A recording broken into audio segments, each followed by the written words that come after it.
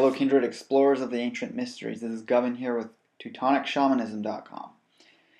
There's an exercise that has come to me at some point in the not too distant past, but I've been using it in intervals at varying times when I felt it was needed and beneficial for me. And I'd like to pass that along to you. It's a meditation or a Galdr chant of combining some runes to form a word, almost like you would use a mantra if we're talking about like an Indian tradition. And when you look at the imagery associated with the runes, it kind of lines up, and you can also create sort of an internal imagery of visualization or just whatever sort of comes to your mind's eye in chanting these things. And this is the Thule chant, I'll call it. So the TH sound, the U or U sound, and the L sound. Obviously when you write Thule in English it's 5 letters, but we're just using 3 runes to keep it simple, and the basic sounds are there, and the associations of those runes are all connected in that the TH, that's associated with, or called thorn, but is associated often with Thor, the god Thor, and of course that has the association with thunder and storms. Then you have the U, which a lot of people recognize that as being connected to the aurochs, the ancient sort of wild ancestor to modern cattle, but it is also associated with rain and water in general. So we can imagine a storm, raining, and then finally L, lagos, associated with lakes or a body of water. So we can see through these 3 stages a storm, maybe even lightning, and we know with lightning there's the association of sort of the exchange of negative ions with the earth. So we have sort of this heavenly association with the sort of central association of the rain falling through the sky and then landing on the earth and forming or adding to a lake. You can even go so far as to imagine the water then evaporating up and forming clouds again and having a cycle like that. What I find this is beneficial for, because it is oddly powerful, every time I seem to do it, I've had feelings of stuff really rising up in myself, and it creates a significant shift in myself quite quickly within the next day or two. But I've also felt like it has some sort of impact on the greater world around me. I can never put an exact finger on this. This is a very vague feeling, but it's almost as if perhaps it's more my attraction to the timing of when I use this exercise, but I feel like big shifts happen in the world when I do use this. Just whether it's metapolitically or something seems to happen, and there's sort of that attraction between myself and being aware of those events. So look at it how you will. I think there's benefit to more people using this exercise out there if it is creating some sort of change, because as we change in ourselves we see that reflected out in the world, even if we're not specifically going out there and initiating it mechanically, I guess, with some sort of activity we're doing. We can alter and affect the world around us through what's occurring internally for us. And nothing that I've experienced in my esoteric searches and practices going back over a decade, I've been long since drawn to a lot of this types of stuff since I was like 13, 14, 15 is when I really started getting stuff. I got into very regular meditation when I was 17, 18, and a decade later and I'm still very much drawn to all this stuff. However, I've really come to respect and get the most out of traditions that are actually connected to my ancestry. So a major part of that being Nordic or Germanic traditions. And in most European traditions, there's a lot of mythology around a mythical place from which Europeans originally came from, or at least most Europeans. Among Nordic cultures, it was often called Hyperborea. I believe it was more Southern Europeans that called it Atlantis, although I've heard that as being the reference in Ireland as well, but that might have been later. But Thule was actually also Celtic referenced. I believe it was even in Scotland they called it Innis Tile, meaning Isle of Thule.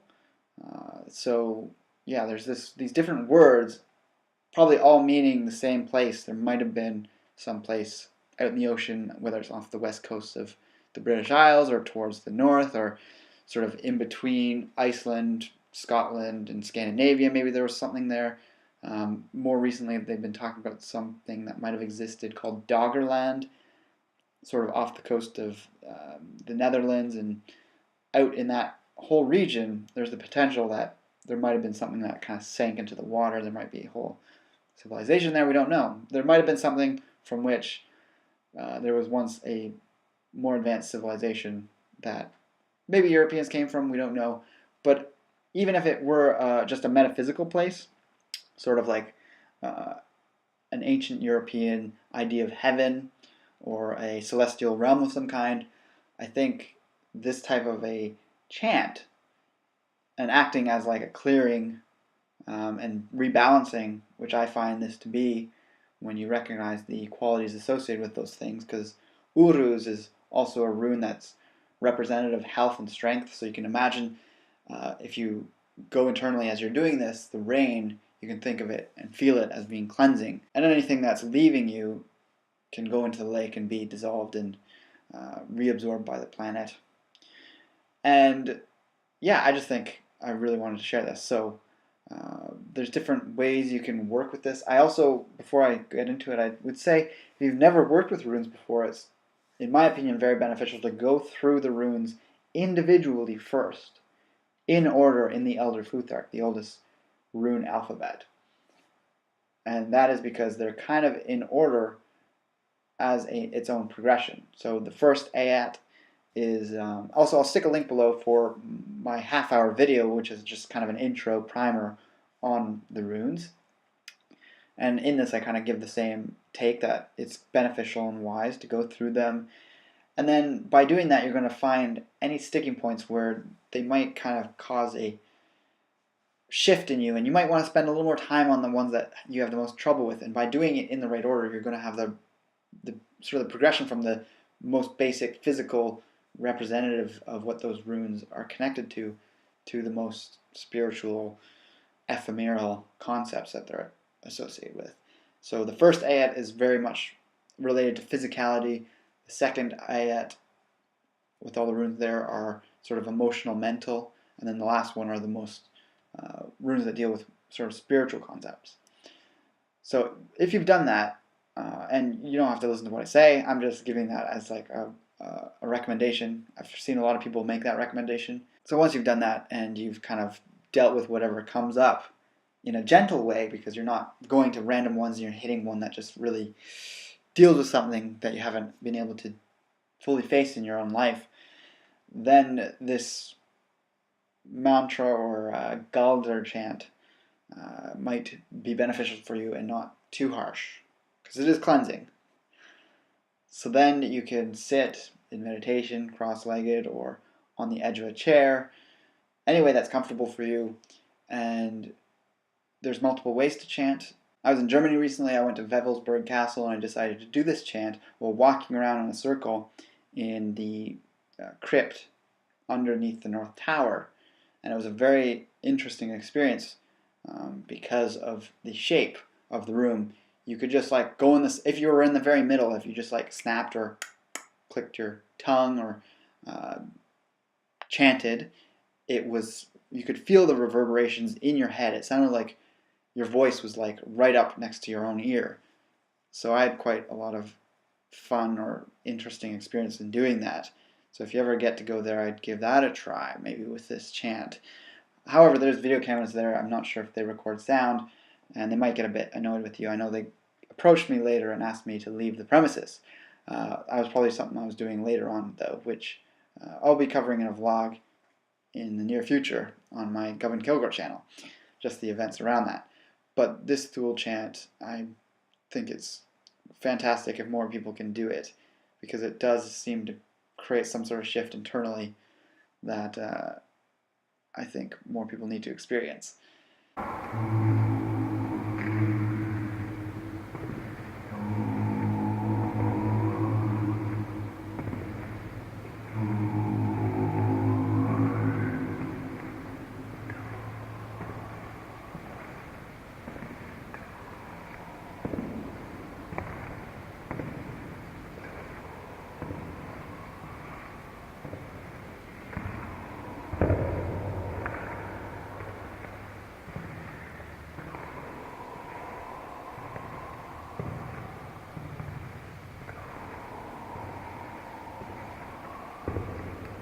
So I was in that video. I was doing it with a very guttural, almost like Tibetan chant.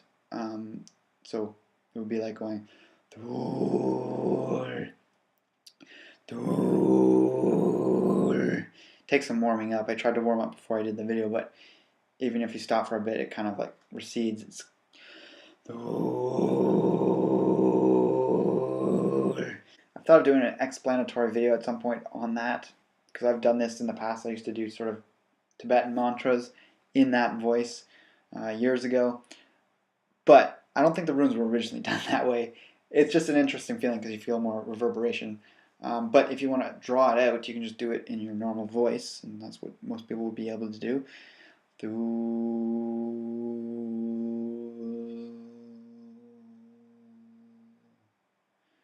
And kind of close your eyes and go into that imagery, however you want to picture it inside yourself. But then you can also, what I often do is start at that level of vocality, and then soften your voice over time to the point where you're whispering. And actually, Galdr is thought to have been done in a harsh whisper, so like.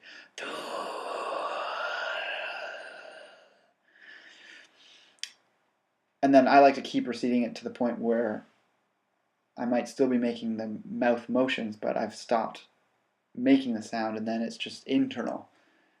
So it's almost like you kind of put yourself into a trance-like state by doing that when you go from vocal and loud to quieter and quieter to your whisper, harsh whisper, then quiet whisper, then almost no sound, then no sound, and you're just kind of internally repeating it. And I find just doing that over the course of 5 minutes, like going from loud to quieter, is enough for me. You can do it longer if you want, but like I said, it creates a shift. It's a nice feeling. I don't recommend doing it daily. I've never really tried to do that. I've just never felt drawn to that.